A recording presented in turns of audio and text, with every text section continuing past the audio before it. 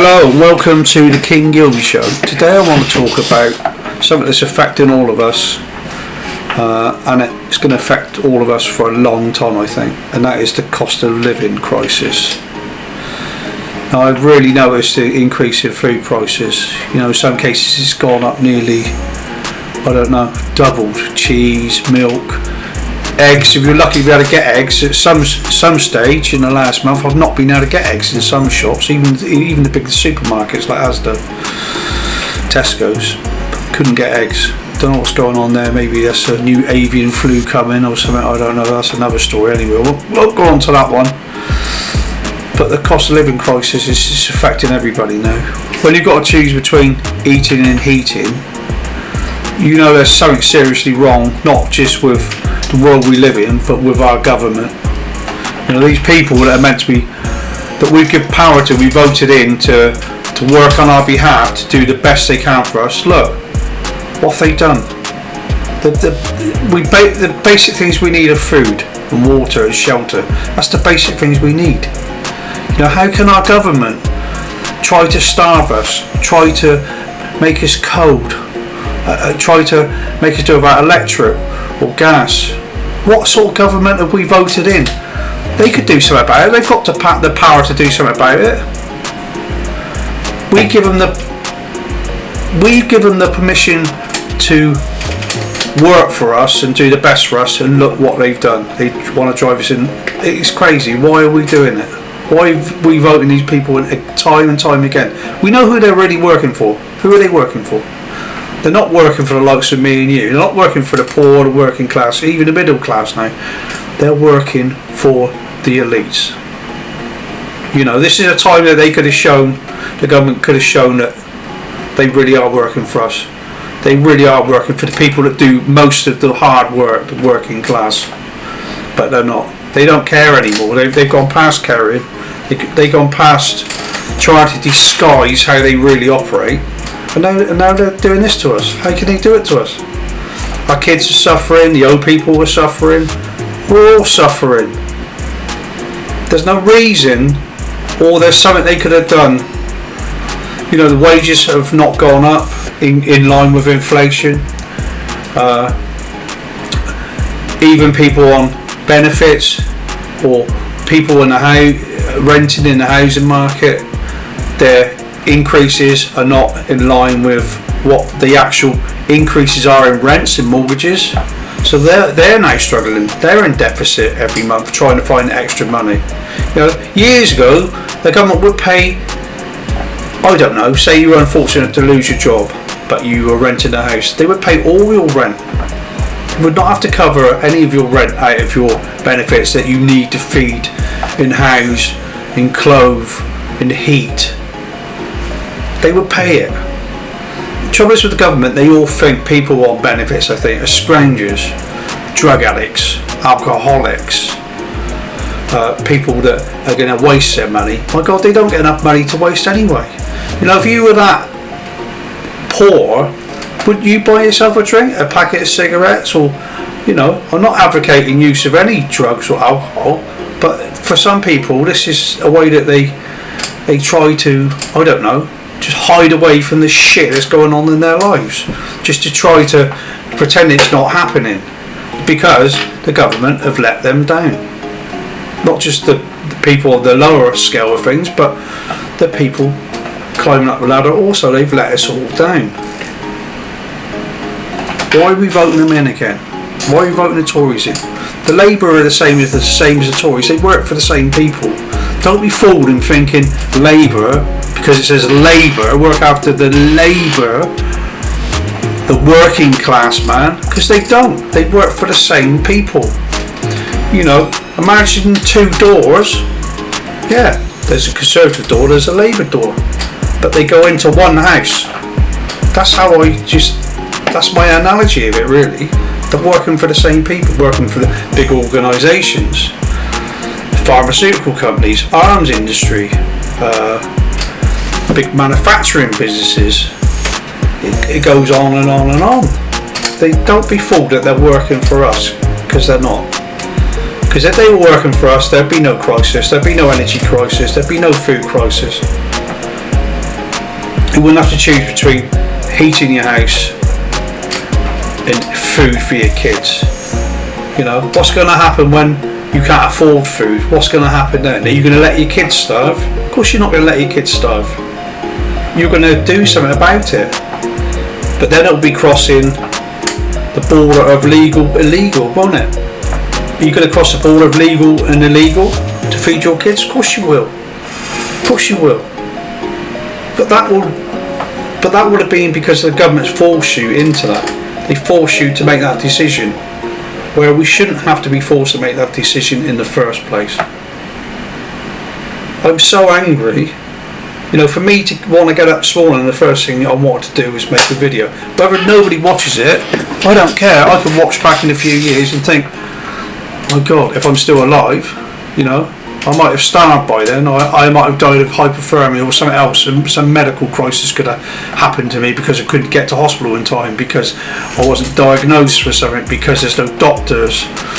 You know, there won't be a national health service anyway. That'll be abolished. That'll all go privatised like America. Look at America. What a shithole that is, America. Look at one of the richest countries in the world. I'm not sure if it is the richest country in the world. I don't know. But one of the richest countries in the world. Look at the tent cities they got all over. It's a disgrace. It's a disgrace. Their government's just as bad as ours. I think all governments, most of the governments around the world don't really care about the people.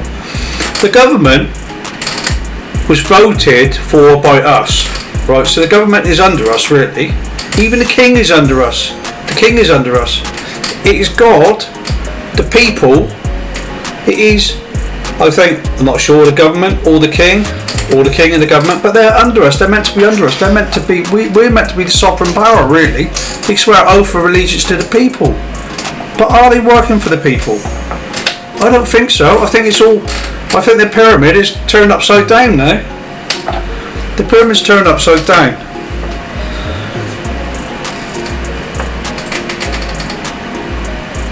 Cost of living crisis. Do you know what cost of living crisis? Let me have a look about cost of living crisis. Right. Inflation is now at a 40-year high. 41-year high inflation.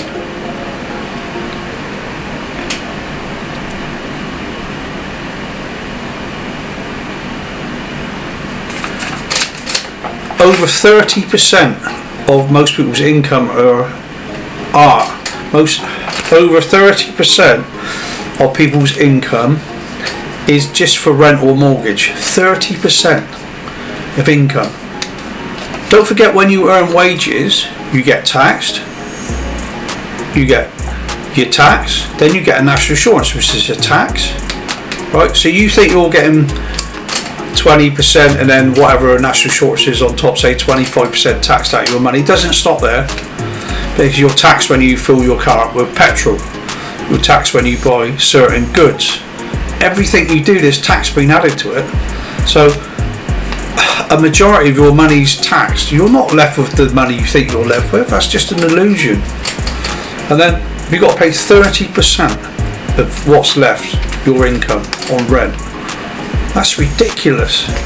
Then you've got the sky high prices of gas and electric. How can people afford gas and electric? What do you do if you can't afford gas and electric? Do you know what gets on my nerves? Right, for example, BBC now tips how to make a meal for £1 for 6 people. What sort of meal is that going to be for 6 people for £1? To those people, or those people who are writing that blog, are they making it a meal for 6 people for £1? I don't think so. You know, to me, they're trying to sell us into hardship, trying to sell us that the fact of hardship is a good thing. You know, they shouldn't be telling us how to make a meal for £1. They should be talking. They should be talking about stuff about the government, about why we're in this. Why aren't the BBC talking about, instead of making a meal for £1 for 6 people? Why aren't they talking about how this shitty government has put us in this position in the first place? Because the BBC is the government. The government is the BBC. People don't realise that. It's a massive propaganda machine. The BBC is a massive propaganda machine. Does the BBC care about you not eating, not heating, your kids not being able to have hot water or being cold in the winter. No, do they? Hell, they don't care. The BBC, why, they're just all fat cats, aren't they? Just scrounging and sponging off the licence payer, you know. Anyway, the TV licence should be abolished. I haven't got a TV licence, I don't watch BBC. You can stick your BBC, because the BBC is just propaganda to tell us how to. Who are they telling us what to do because we've got no money? We shouldn't be in that position in the first place. Because of the BBC and the government, we're in this position. It's ridiculous. To me, it's just, I can't think of a word. Obtuse, I think. It's just ridiculous that we're in this position in the first place. The people, us, who empty the bins, we do the nurses and the cleaners and the waste disposal guys, bin collectors, every one of these people, people that work in care homes, look after the elderly, they get, all these people get paid shit wages, but do the really important jobs. And the people like the fat cats, like all the MPs, just sat up there, most of them, there probably are some good MPs, but they're very far and few between. I think that Andrew Bridgen, a good one, that's got thrown out of the Conservative Party for speaking the truth, because government don't like the truth. Government don't like you speaking the truth. The truth is very dangerous to those people that are lying. Very, very dangerous. And people like Andrew Bridgen, I mean, you look at what happened to Tucker Carlson on the TV, you can see Mark Stein on GB News, all these people they've got to be silenced, because the truth is very dangerous for the people in power. Anyway, I digress now. I was talking about the cost of living crisis. Right, cost of living crisis. Okay. So here we go, let me have a look. Right, I went on to Crisis. This is a website for people that need help, okay? I'm not saying there shouldn't be websites for helping people.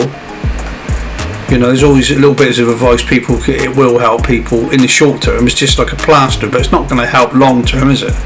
But for a sticking plaster, some of these websites are quite good, Right, it says here on Crisis, with little or no social housing to go round, more and more of us are living in the private rented sector, paying record high rents, which is eating up over 30% of our income. When coupled with rising costs of household bills and necessities, these factors increase the risk of someone being forced into homelessness, right? With inflation hitting a 41-year high and the energy price cap due to rise yet again in autumn, it's rising again. I can't believe it. The situation looks desperate with no end in sight. That's come from Crisis, with no end in sight. Alright. The support package announced in the May 22 budget was aimed at helping those on low incomes, but the cost of living crisis will continue to pile on extra financial burden for many people. As a society, we can do and must do more to ensure that the crisis does not lead to people losing their homes because they cannot afford to pay their bills. Well, people are not paying their bills. People can't afford. What are you going to do if you can't pay your bill? You're not going to pay your bill, are you? If they cut you off, what? They're going to put a meter in. So this is what's happening. They're going to put a meter in. If you can't afford to put your meter in, your standing charge is still going to go on every day. You're still going to owe money. You're still going to be in deficit. Whether you have no heating, your standing charge is still being piled onto that meter. It's just ridiculous. So what can we do? I don't know what we can do with this. I don't think there's any. It's up to the government. The government can change it within weeks if they wanted to. They could put the prices back, force people to put the prices back down. They could put wages up. There's lots and lots of things. They're meant to be clever people, So they're meant to be clever people. So work out, let's work the problem, innit? The government should be working the problem. The only thing that can happen if people don't eat, what's going to happen? It'll be anarchy. There'll be some sort of anarchy. people got to start starving, people have no food, people get desperate, then people got nothing to lose. You've got nothing to lose, then you become very dangerous, especially if you have young children and you have nothing to eat. When people start taking the law into their own hands, there won't be enough police, there's not enough military about. There'll be riots, there'll be absolute riots. You know, they can't even control inner city, the police can't even control the inner cities. So how are they going to control, you know, with some, they can't even control drug gangs in inner cities. How are they going to control people that are hungry and really desperate? It's not going to be good. Either the government's got to sort it out now, or watch out, shit's going to hit the fan big time. Thank you for watching, Gilby, and you know, I want to end on a happy note, saying we can all help with change, but we've all got to do a little bit, you know. If somebody watches this, one person watches a video and it affects them in some way, in a good way, then that's good. I'm happy about that.